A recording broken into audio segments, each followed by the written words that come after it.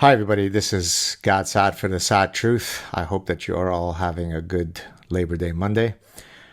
I wanted to discuss with you an anecdote that transpired yesterday and demonstrate how it is a perfect exemplar of why the West is finding itself in the difficult position that it's in.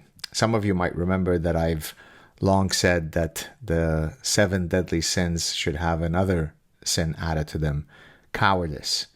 Because again, as the old adage, I believe it was Edmund Burke who said it, the Scottish philosopher, all that needs to happen for evil to flourish is for good men to do nothing. I'm paraphrasing. So let me first begin by mentioning Pat Tillman. Do you know who Pat Tillman is? Let me just pull out some of his details. So Pat Tillman was an NFL star who in 2001, after the 9/11 attacks happened, was offered a contract then to continue playing for $3.6 million, which is $6 million in 2024. And he walked away from his entire NFL career because he wanted to sign up to go and fight against those who had done what they did on 9/11.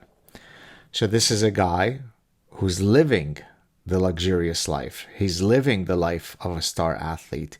He's a star in the NFL. He's making millions of dollars. He says, F it.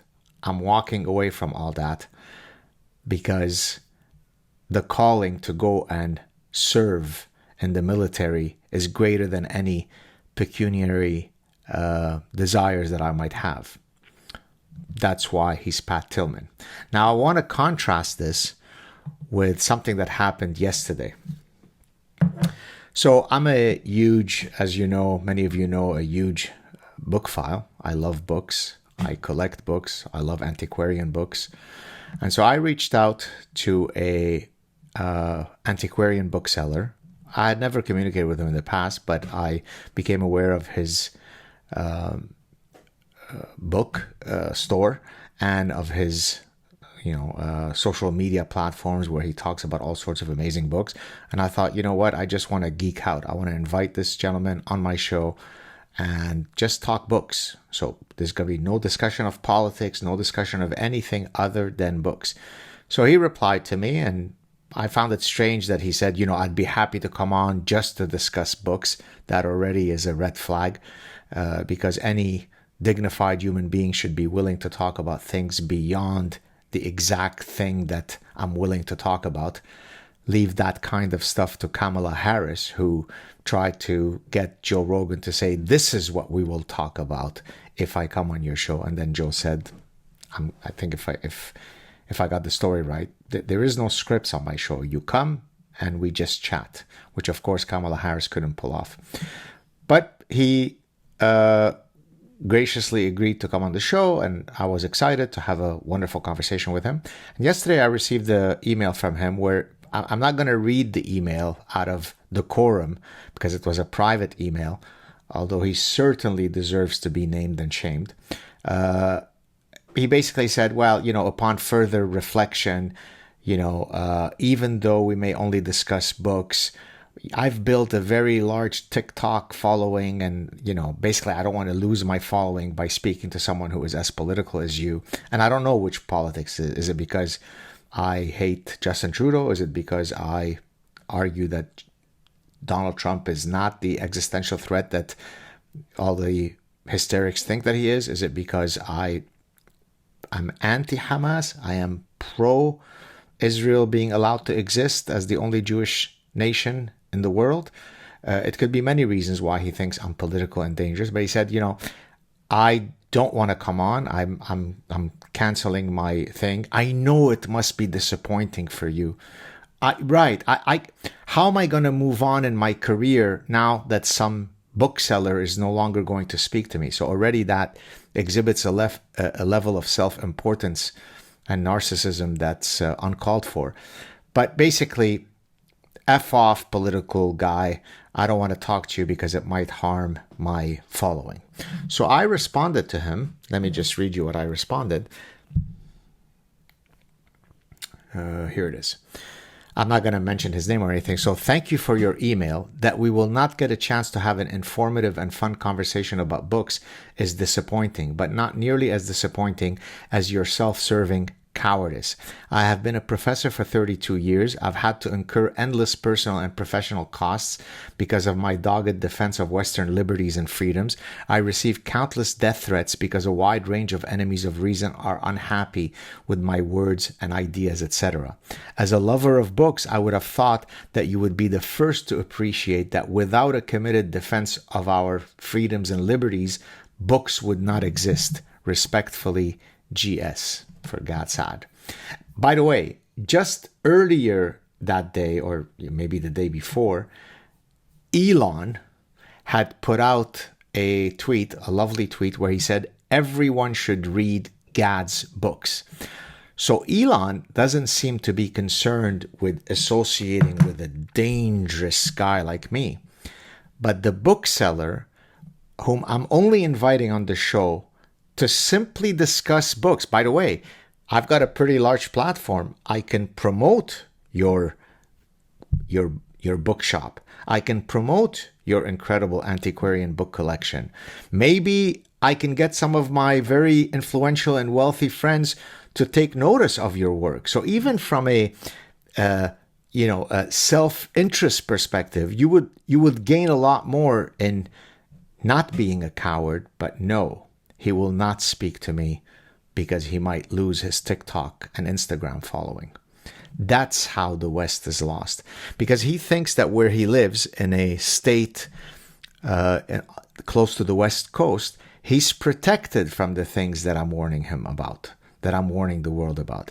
He thinks that he's protected because he's already a man in his 60s, maybe early 70s. So he won't live long enough to worry about the things that many of us go out of our way to try to defend, because he won't be around. F those grandchildren who might suffer under astoundingly brutal ideologies if they have a greater incursion within the West. What he cares about is that he's got a big TikTok following. Okay? Let me tell you another very quick story. A very, very well-known scientist whom I would consider to be a guy that I greatly admire.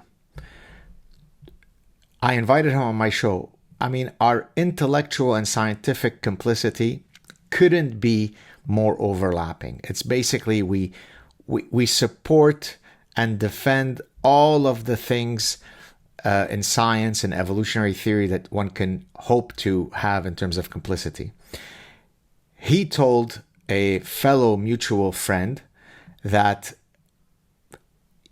he's not going to accept the invitation to come on my show, even though, by the way, I also said to him that we would only discuss scientific matters. Because the reason why he wouldn't come on the show is because he had been warned by some people that I might be rather favorably disposed to Trump. So a true intellectual hero, a true scientific hero, a man who has helped popularize scientific reasoning, evolutionary theory, is unwilling to sit down with me because he was warned that I don't have Trump derangement syndrome. Did you hear that? And now I'm going to finally read you and I have permission to even mention who his name is because he literally wrote it. So this is from a fan. And by the way, I receive innumerable ones like this. But because I want to contextualize this person to the Antiquarian bookseller. Dear Professor Saad. So the subject is thank you for your courage and clarity. Dear Professor Saad, I want to thank you not just for your scholarship, but for your moral clarity and courage at a time when so many remain silent. Antiquarian bookseller. In particular, Your unapologetic defense of Israel has meant a great deal to me. While much of the world has either excused or rationalized the barbarism of October 7th, you have spoken with the same precision and fearlessness that define your broader work on parasitic ideas. What I find so powerful about your voice is that you don't just critique, you expose. You strip away the pretenses of those who dress up their hatred of Israel in the language of justice or decolonization, showing it for what it is, an ancient venom wearing modern clothes. You call it parasitic hatred because that's exactly what it is, a mind virus that feeds on delusion and moral cowardice.